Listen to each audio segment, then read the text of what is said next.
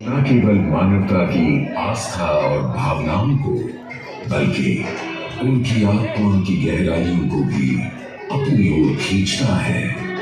महाकुंभ क्या है वो शक्ति जो हम सबको एक सूत्र में बांधती है? उत्तर है गंगा।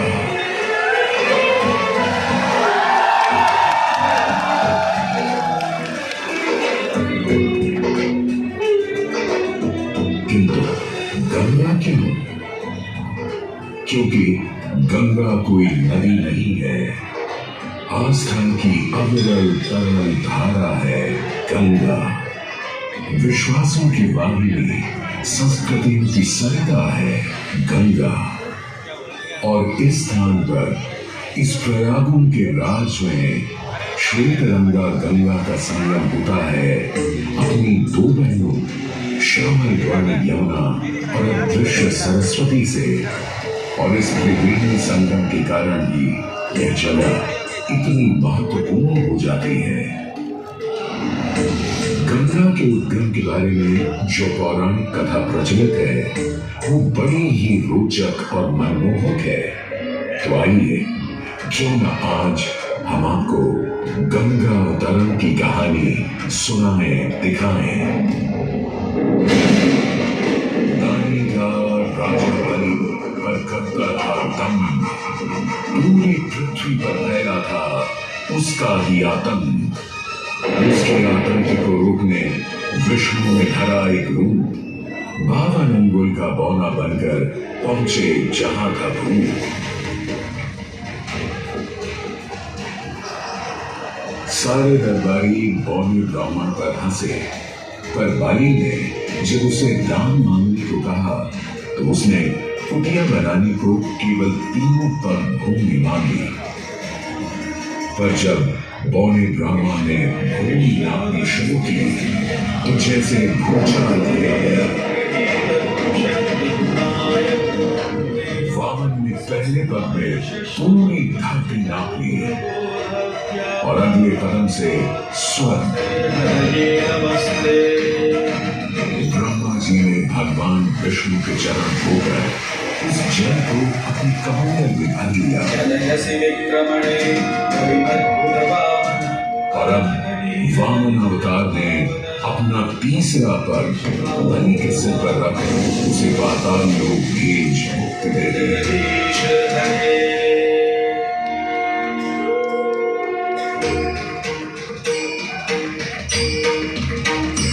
अब स्वर्ग लोक में भगवान ब्रह्मा जी ने जब चरणामृत में हाथ डाला तो वहीं से निकल आई चंचल निर्मल धवल गंगा जी।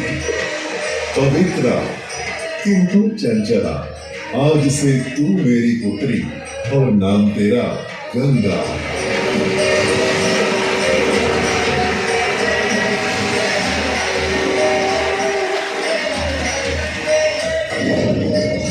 उधर कुछ समय बाद सतयुग में इक्ष्वाकु कुल के सूर्यवंशी राजा सगर ने सारे संसार को जीतने के लिए एक अश्वमेध यज्ञ का संकल्प किया।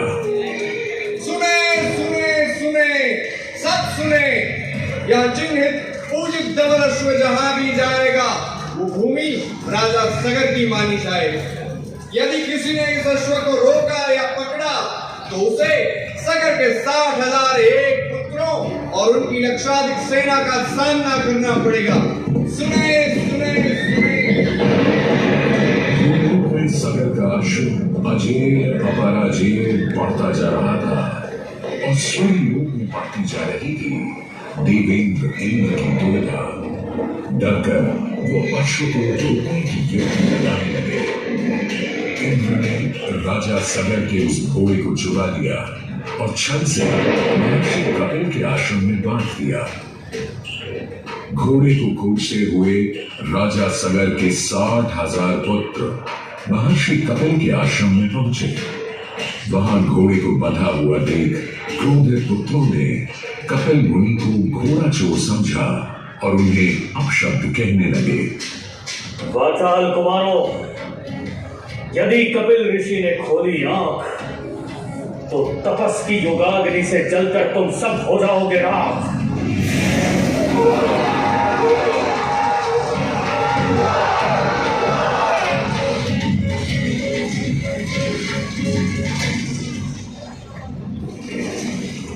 उधर सगर थे चिंतित। न अश्व का पता था, न पुत्रों का कोई समाचार। पिता का दुख देख पुत्र अंशुमन चल पड़े खोज पर। जब महर्षि कपिल के आश्रम पहुंचे तो देखा अश्व को और साथ ही अपने 60,000 भाइयों की भस्म को। महर्षि से की क्षमा याचना और पूछा तर्पण का उपाय। तुम्हारे भाई थे घमंडी, अविवेकी और अभिमानी। भस्म कर दिया उन्हें मैंने, जो उन्होंने मेरी नहीं मानी। गंगा जल, केवल गंगा जल ही दे सकता है मुक्ति उन्हें, जो भस्म हुए तुम्हारे परिजन।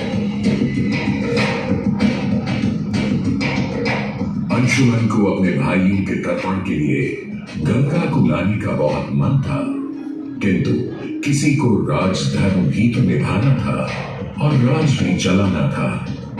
देखते देखते 7 पीढ़ियां गुजर गईं, पर 7 पीढ़ियों के बाद समय आने पर राजकुमार भगीरथ ने राजा बनने से साफ मना कर दिया।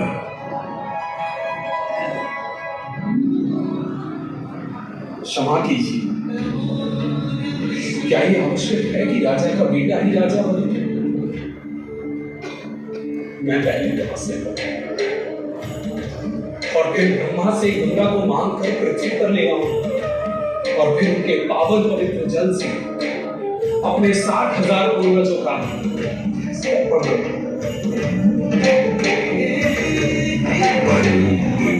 वर्ष बदले, ऋतुओं की हवा बदली, नदियों के किनारे बदले, किंतु नहीं बदला भगीरथ का संकल्प। गंगा अवतरण।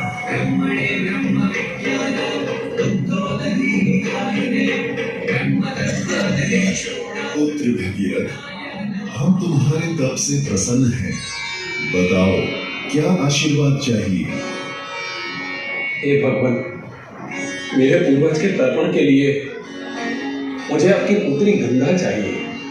तथास्तु, किंतु यदि गंगा स्वर्ग से सीधे धरती पर गिरी तो पृथ्वी को चीरते हुए गंगा सीधे पाताल में पहुंच जाएगी। इसलिए तुम भगवान शिव शंकर को मनाओ, ताकि गंगा जब स्वर्ग से नीचे उतरे तो वो उसे अपनी जटा में खींच ले। अब भगीरथ ने एक अंगूठे पर खड़े होकर भगवान शंकर को मनाने के लिए शिव शंकर का जाप शुरू कर दिया। जय मनभावन जय पतितपावन शोभन श्यामन शिव शंभो विपद विहारम अधम उदाहरण सत्य सनातन शिव शंभो राजवचन हर जन जन जन वर धवल कोई भी वर मांग लो आज। हे प्रभु, जब गंगा स्वर्ग से धरती पर गिरे तब आप बीच में उन्हें अपनी जटाओं में साध लें, नहीं तो पूरी पृथ्वी नष्ट हो जाएगी। बस इतनी सी बात? ठीक है, ब्रह्मदेव से कहो शिव तैयार है, आने दो गंगा को, आने दो।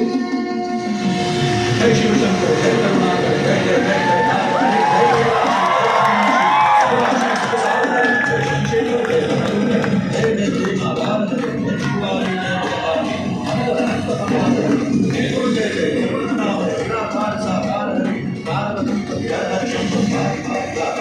जय राम कृष्ण वैद्यनाथ के नाथ मल्लिकार्जुन सोमनाथ जय महाकाल ओंकार जय विश्वेश्वर जय विश्वेश्वर भीमेश्वर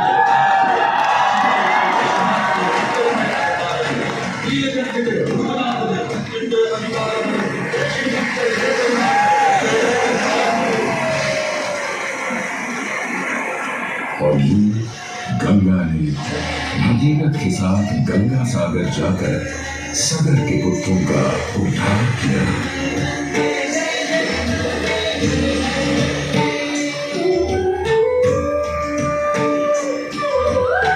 साथ ही वह भारत की सबसे महत्वपूर्ण नदी बन गई, जिसका भारत के जीवन में धार्मिक, आर्थिक, सामाजिक, ऐतिहासिक अभिदान अनंत है। हे मां गंगे